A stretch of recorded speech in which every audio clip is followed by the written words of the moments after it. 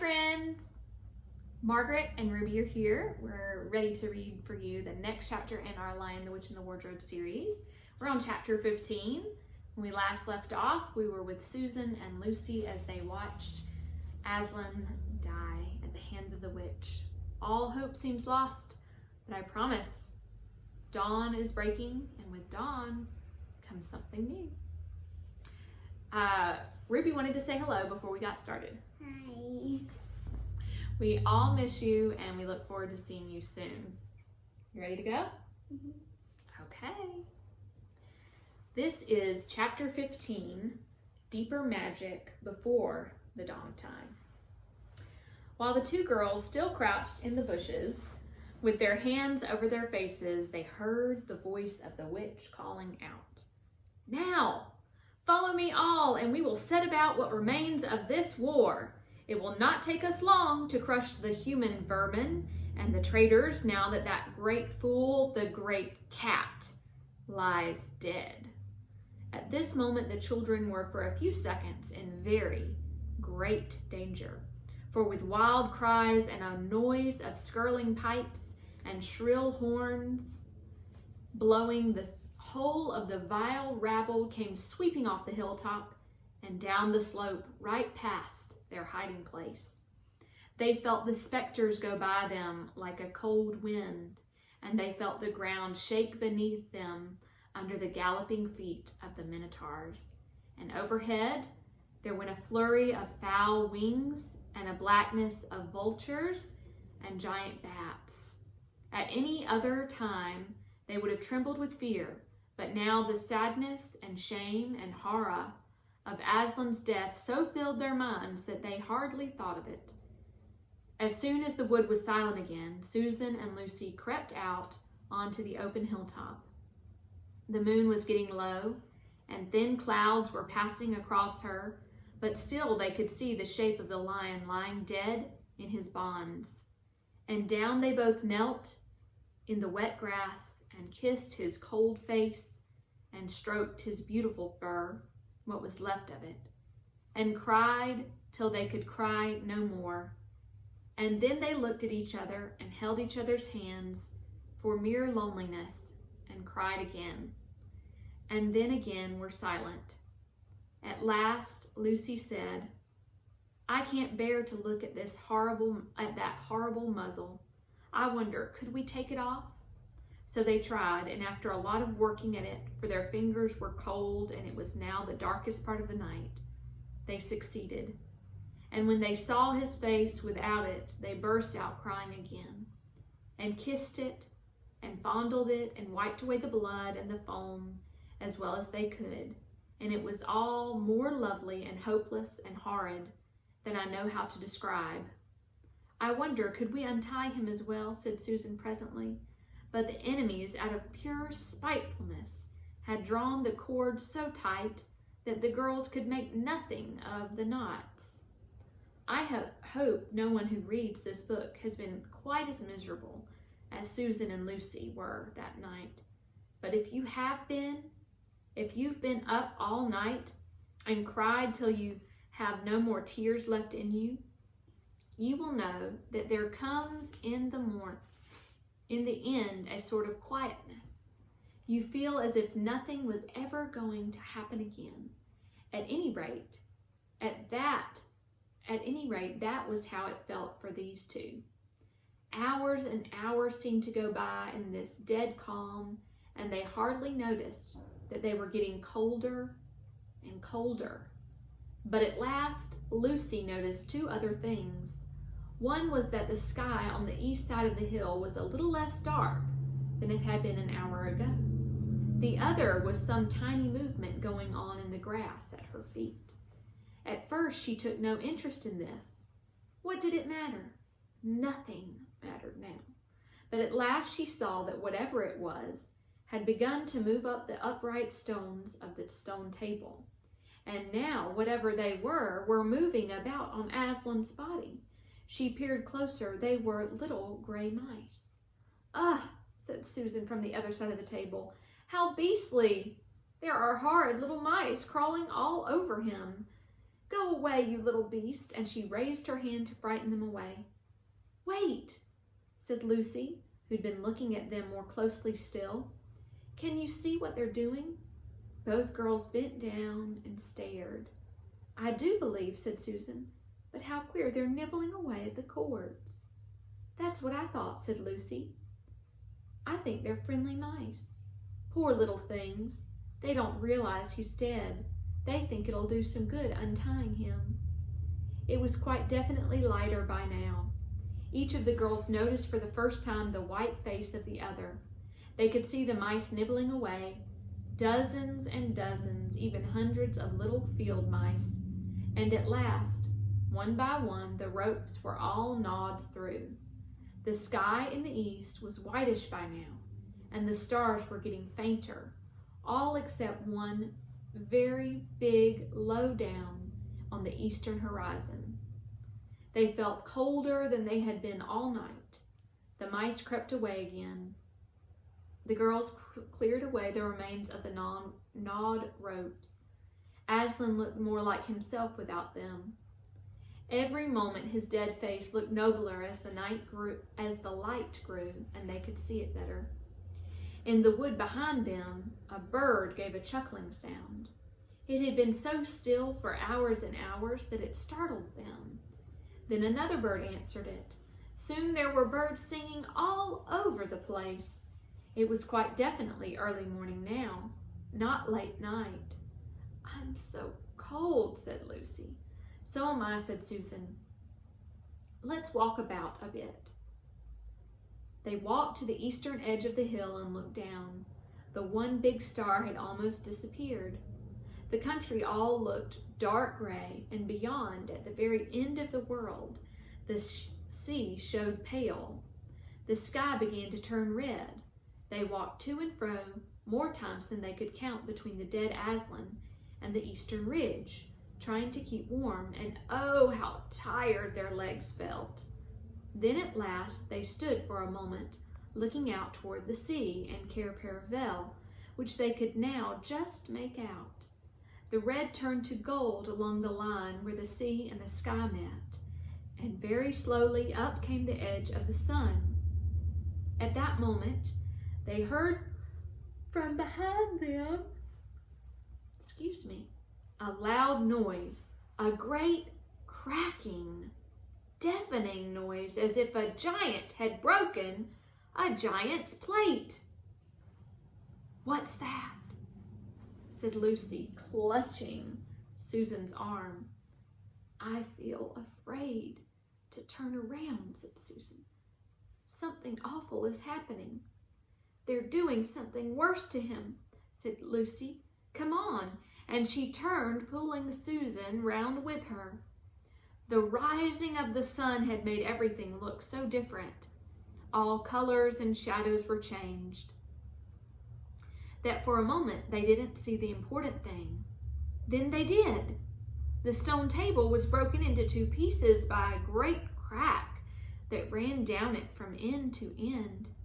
And there was no more Aslan. Oh, oh, oh, cried the two girls, rushing back to the table. Oh, it's too bad, sobbed Lucy. They might have left the body alone. Who's done it? Cried Susan. What does it mean? Is it more magic? Yes, said a great voice behind their backs. Who do you think it is? Do you know? Can't turn my page. We're going to have to just tell them. Just a second, guys. It is more magic. They looked around. There, shining in the sunrise, larger than they had ever seen him, shaking his mane, for it had apparently grown again, stood Aslan himself. Oh, Aslan, cried the children, staring up at him, almost as much frightened as they were glad. Aren't you dead then, dear Aslan? Said Lucy. Not now, said Aslan. Excuse me, guys. You're not asked Susan in a shaky voice. She couldn't bring herself to say the word ghost. Aslan stooped his golden head and licked her forehead. The warmth of his breath and a rich sort of smell that seemed to hang about his hair came all over her. "Do I look it?" he said. "Oh, you're real. You're real. Oh, Aslan," cried Lucy, and both girls flung themselves upon him and covered him with kisses. "But what does it all mean?" asked Susan when they were somewhat calmer. "It means," said Aslan, "that though the witch knew the deep magic, there is a magic deeper still which she did not know.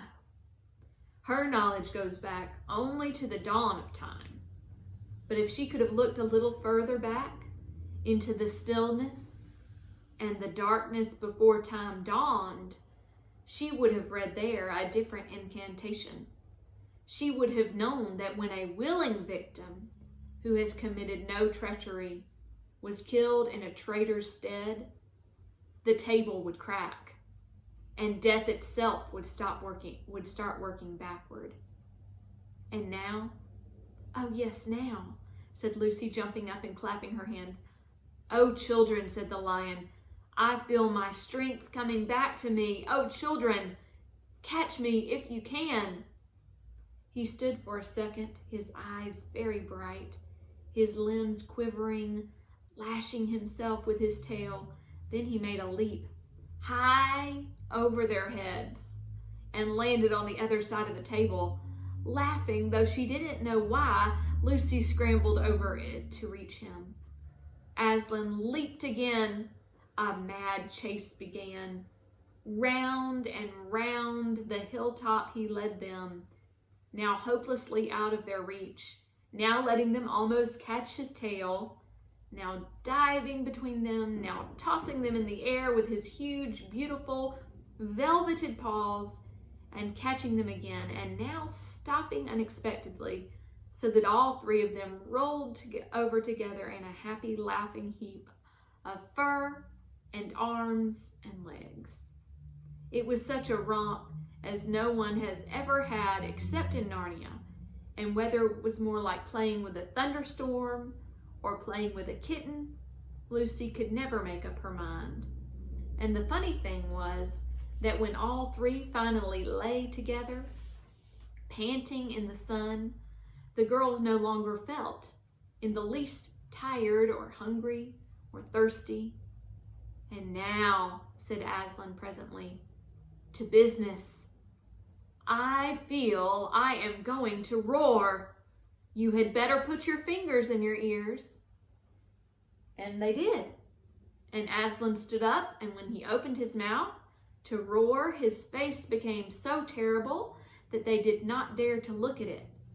And they saw all the trees in front of him bend before the blast of his roaring, as grass bends in a meadow before the wind. Then he said, "We have a long journey to go. You must ride with me." And he crouched down, and the children climbed onto his warm, golden back. And Susan sat first, holding on tightly to his mane, and Lucy sat behind, holding on tightly to Susan. And with a great heave, he rose underneath them, and then shot off, faster than any horse could go, downhill and into the thick of the forest. That ride was perhaps the most wonderful thing that happened to them in Narnia. Have you ever had a gallop on a horse? Think of that, and then take away the heavy noise of the hoofs and the jingle of the bits, and imagine instead the most noiseless padding of the great paws. Then imagine instead of the back of the black or gray or chestnut back of the horse, the soft roughness of golden fur and the mane flying back in the wind. And then imagine you are going about twice as fast as the fastest racehorse. But this is a mount that doesn't need to be guided and never grows tired. He rushes on and on, never missing his footing, never hesitating, treading his way with perfect skill between the tree trunks, jumping over bush and briar and the smaller streams, wading the larger, swimming the largest of all, and you are riding not on a road or in a park, nor even in the downs, but right across Narnia. In spring, down solemn avenues of beech, across sunny glades of oak, through wild orchards of snow-white cherry trees, past roaring waterfalls and mossy rocks, and echoing caverns, up windy slopes alight with gorse bushes, and across the shoulders of heathery mountains, and along giddy ridges, and down, down, down again into wild valleys, and out into acres of blue flowers. It was nearly midday when they found themselves looking down a steep hillside at a castle, a little toy castle that looked from where they stood, which seemed to be all pointed towers. But the lion was rushing down at such a speed that it grew larger every moment, and before they had time even to ask themselves what it was, they were already on a level with it. And now it no longer looked like a toy castle, but rose frowning in front of them. No face looked over the battlements, and the gates were fast shut. And Aslan, not at all slacking his pace, rushed straight as a bullet toward it.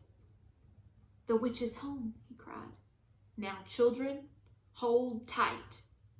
Next moment, the whole world seemed to turn upside down, and the children felt as if they had left their insides behind them, for the lion had gathered himself together for a greater leap than any he had yet made, and jumped, or you may call it flying rather than jumping, right over the castle wall.